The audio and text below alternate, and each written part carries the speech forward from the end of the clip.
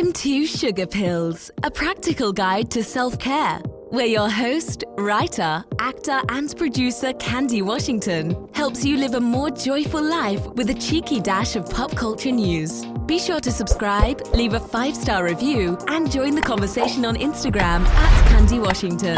Let's go!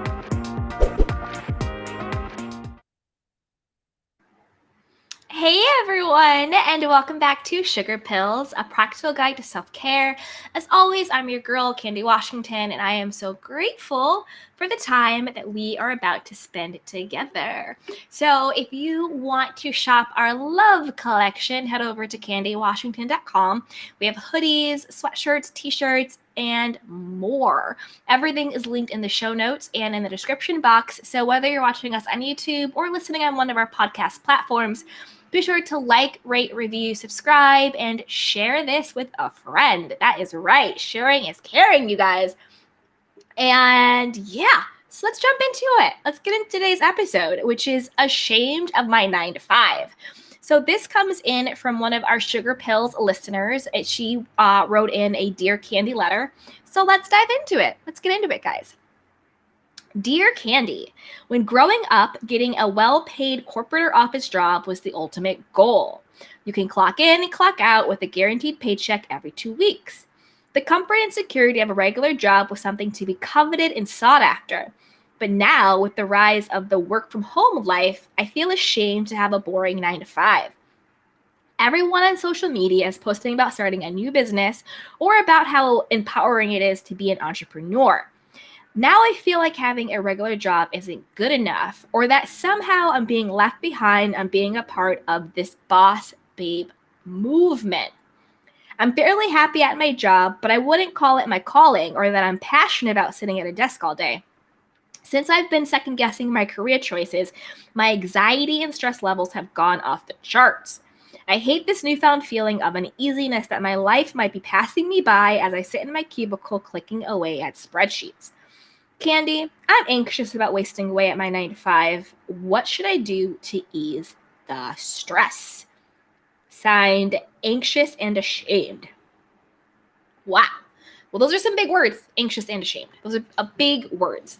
So I would agree with you. I think in the past it was really all about be a CEO of a company, not necessarily your own company, right? Get a job, get the security, get a house, 2.5 kids, white picket fence, all of that, right? But now you're right. There is all this pressure to take your side hustle and turn it into, 10K month with your business. Be an entrepreneur, be a boss, babe, work for yourself, blah, blah, blah, blah, blah. It's intense and it's a lot. And I agree with you. There is some level of shaming that goes on where if you aren't this, hustler, entrepreneur, boss, babe, like all of that stuff, that somehow you're not living an as passionate or as meaningful life as these people are. And it looks very glitzy and very glamorous. And who doesn't want to, work from home and make thousands and thousands of dollars and all this stuff, right? But I think the trick is to know, what is the life that I want for myself? Not what do I want the life for myself in comparison to everybody else, right? Because working a 9 to 5 or a corporate job is not for everyone, but neither is being your own boss or an entrepreneur or a boss babe or a hustler or whatever else they want to call it. Every type of job is not for everyone.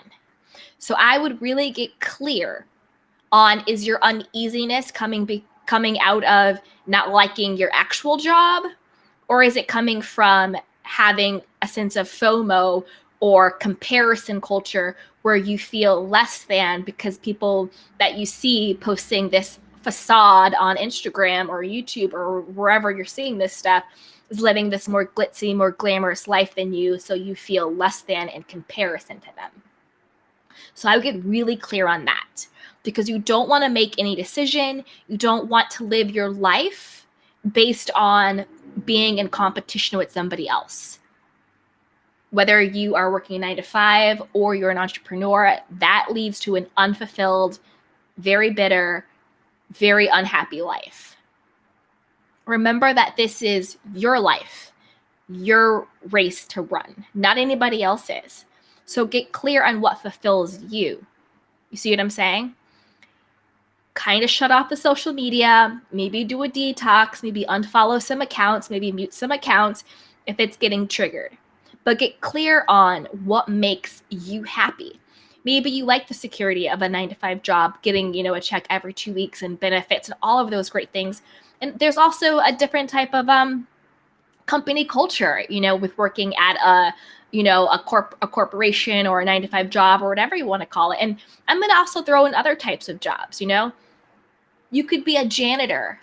You could work at McDonald's. You could drive a bus. And I don't say this to belittle any job, because I don't think that any job is beneath anyone, or I don't think any job is less than another job. Whether you're a CEO or a janitor or an intern or a manager, I see you equally. We're all human beings.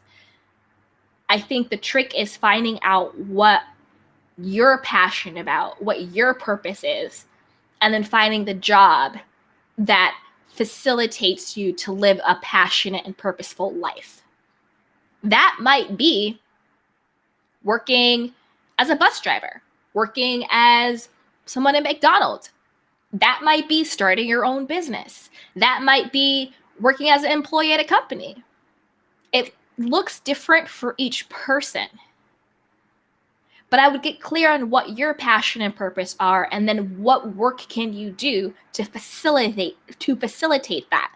Because there's nothing more inspiring and there's nothing more infectious when you see someone who is happy and passionate about what they do. I love it. You know what I mean? Like, again, let's take that example of a bus driver, right?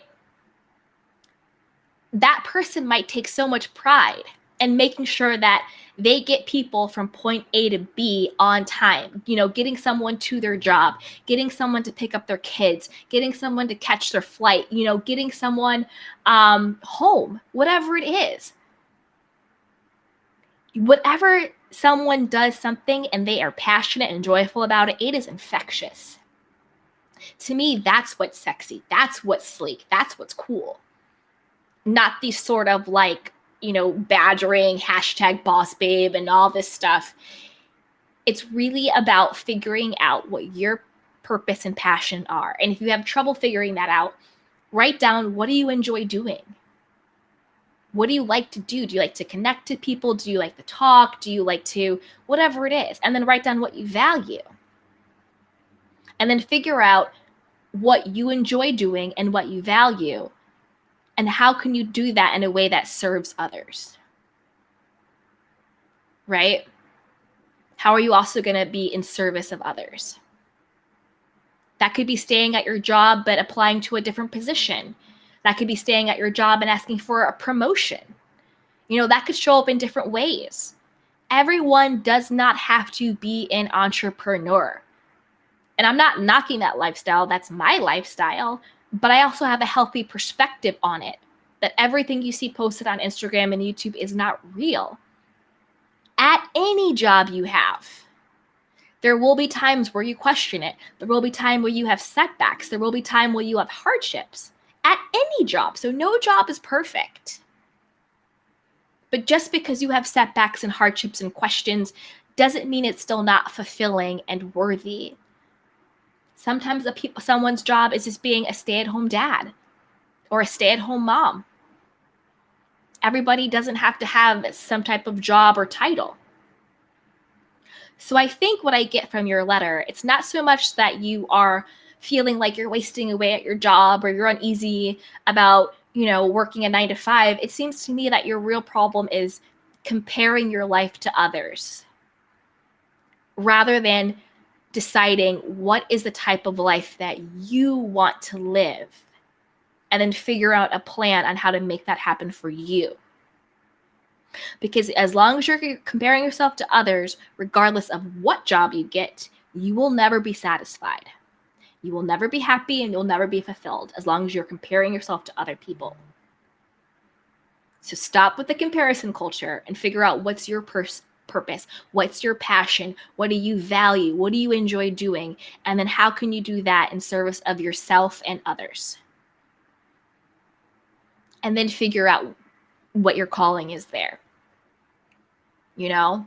But don't feel shamed and don't feel, bullied into thinking that you have to have a certain type of life or a certain type of job in order to be worthy and cool and all of these other things.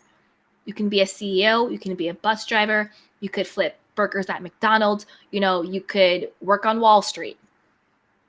But as long as you do it with purpose and passion and joy, that is the point. Not so you can post cool pictures on Instagram and compare yourself to everybody on social media. So get clear on who you are and get clear on the life that you want to create for yourself. That's what I really think you should do. So let me know. Let me know if you had any aha moments. Let me know if you had anything that was inspired.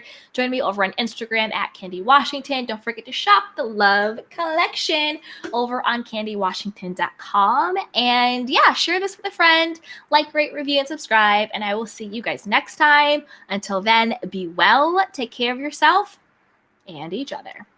Bye.